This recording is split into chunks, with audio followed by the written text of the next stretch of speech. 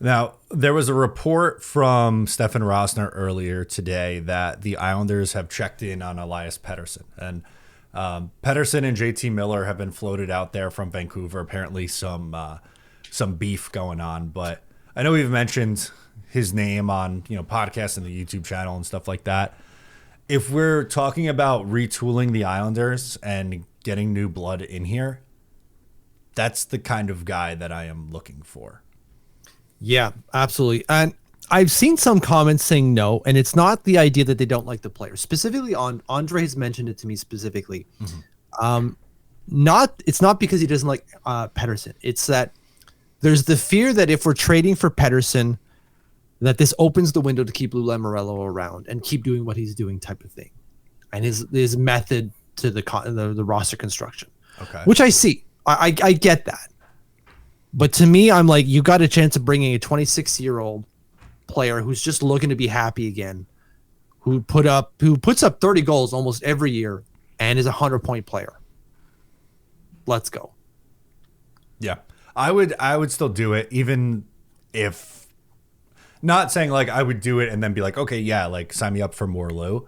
No, I would just do it because I think it's the right approach to take. And you're probably moving off a Brock Nelson, Noah Dobson, or someone of that ilk to make that move. And it's kind of like, you're killing two birds, one stone.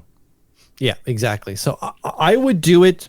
I know there's also the fear of he's got that knee tendonitis, but I read this interesting post on a Canucks Reddit where they're saying the Canucks haven't done right by Petey to help fix that knee tendonitis. And they quoted a study of NBA players who have had the same injury and who all recovered to 100% and had no negative impact on the length of their careers.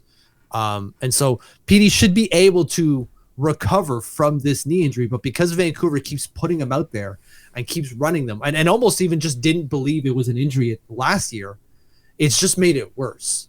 And so I think if he comes to the island, he might have to sit for a little bit and just rest and relax that knee. But once he does, he'll be back and cooking again. And I would gladly have that on my team in a heartbeat, but also moving on from Lou Lamoriello, please. Yeah, that's the caveat, right? Like, it's not, okay, you make this trade and that buys Lou more time. Like, no, it's Lou is being the good guy that he is and setting up whoever is here for something a little different. Exactly. He's doing the ethical thing to do in his position. Like, this is a trade that I or anyone coming in would want, and it sets us up for the future.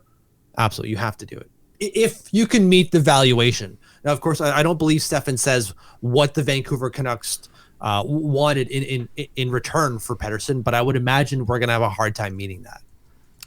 Yeah, probably. You probably are. I wanted to pull it up. He had a trade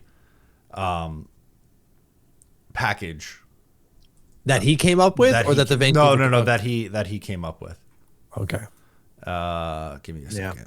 I imagine it's going to be like Dobson, Jeffries, and it's got to make the money work. So maybe Jean-Gabriel Pajot. Although Dobson going over probably would make the money work. I believe, because Petey's on 11.6 million. Is he not?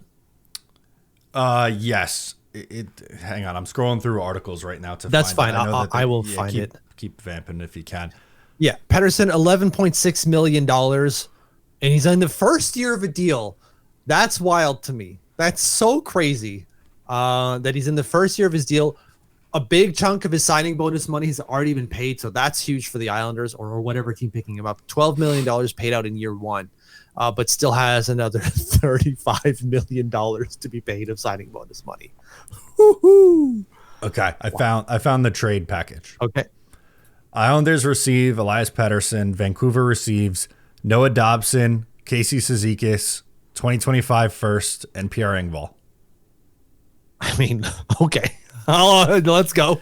That's fine by me. It's fine by me. He quotes, apparently Tocchet likes Casey Cizikas' game. Who wouldn't, right? Like, peak Casey Cizikas is fun to watch. It's just we're no longer in peak Cizikas territory anymore. Yeah, I would do this in a second. I don't know if that gets it done, but from the Islanders side, that feels like a win. I think it's too much. I think we're giving off too much there. but I would also do it in a second. You get off of a 7-year deal from what is From hell. Yeah, exactly. Just over what replacement level. First, whatever, you're probably getting one back from Brock Nelson, so who cares? And maybe even Kyle. And then Casey, well, you're probably looking to move on anyways. Or if Jean-Gabriel Pettersson just becomes your overpaid fourth line center at some point. Yeah, pretty much. And the hole there with Dauber, that's the big one to fill, but that's an issue. That could be a off-season issue to fix, though. And I think I would do, if Brock Nelson's not included in this trade, I think I'd do the Brock Nelson trade first so that the Islanders aren't trading what's likely to be a top 10 pick. That it's like, a 25th overall or whatever that they got from Dallas is going to the way of Vancouver. Absolutely, 100%. Yeah, you give them not the choice, but you give yourself the ability to top 10 protect your pick.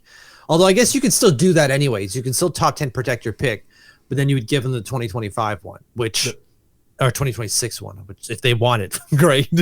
Yeah, which I guess theoretically you could do that, and maybe that's just the easier way to go about doing it. But I kind of selfishly also want to add someone in the top 10, and I think it's going to be closer to the top 5, honestly.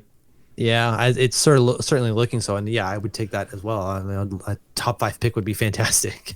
Right. If you like that, make sure to subscribe to Up the Turnpike on Patreon for more exclusive New York Islanders content.